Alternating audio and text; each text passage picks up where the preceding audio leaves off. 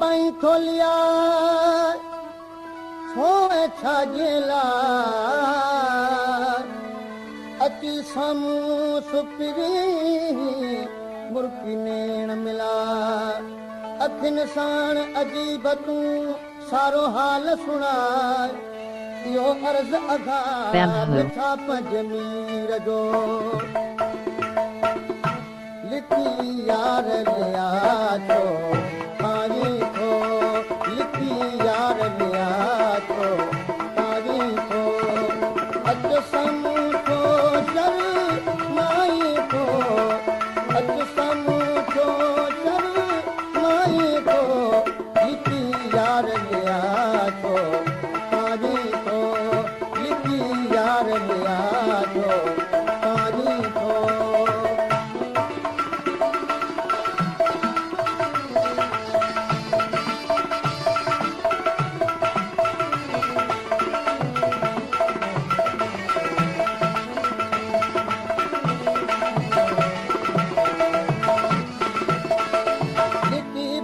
खोलिया हेॾे हली आ हे कर मिली मीर जो न को शुद्ध समाव मोहब्बत में मंसूर जा जपन कजे जाव सूर्य वठ जे साव चढ़ी वञे चोट ते ओ दिल के ॾिसण नथो मूंखे ॾिए हाथी पाए वञी हो ओट खे माया मौत पियो जाने साल जी माया मौत पियो जाने साल जी जॾहिं नज़रुनि खे तो राई थो जॾहिं नज़रुनि खे तो राई थो लिखी यार लिया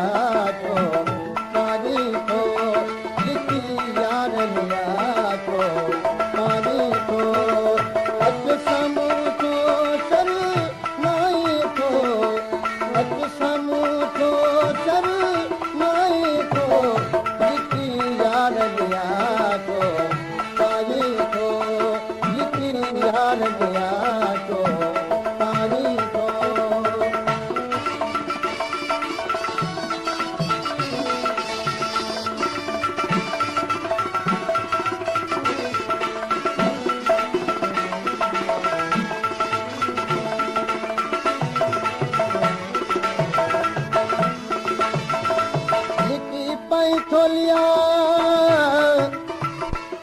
निर्मल थी गिरवार करे मीर करीब थी दिल भरी दीदार रोज रखी तो रूह में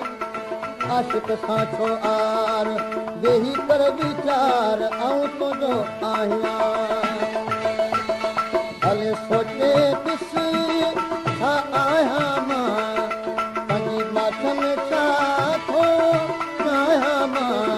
बसि तोखां सवा तुंहिंजो चाहियां मां बसि तोखां सवा तुंहिंजो चाहियां मां छा लाइ मूंखां लहराई थो छा लाइ मूंखां लहराई थो लिखी यार लिया छो पाणी थो लिखी यार लिया छो पाणी थो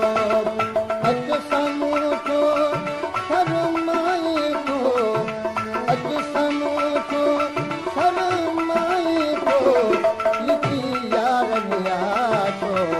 पाणी थो लिखी यार लिया छो पाणी थो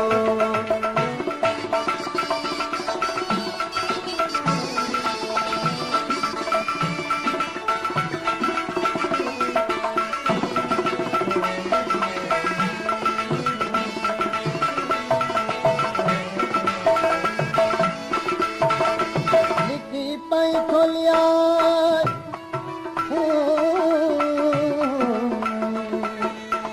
लिखी पई खोलिया साजन साईं थो जेको तूं तुझे जीअ में समझा पियो छो मालूम आहे मीर खे संधी हाल सॼो तूं ढुक तड़पी थो जीअं आऊं थो जलां जोश में सॼो ॾींहुं अधम तुंहिंजी तात पिरी अचे ख़्वाबनि में हर राति पिरी नाहे मीर खे मीवाई बात पिरी नाहे मीर खे मीवाई बात पिरी अथई पहरुनि खे तर आई थो अथई पहरुनि खे तर आई थो लिखी यार लिया थो पाणी थो लिखी यार लिया थो पाणी थो अच साम्हूं थो चर माई थो अच साम्हूं थो चर माई थो लिखी यार लिया थो पाणी थो लिखी यार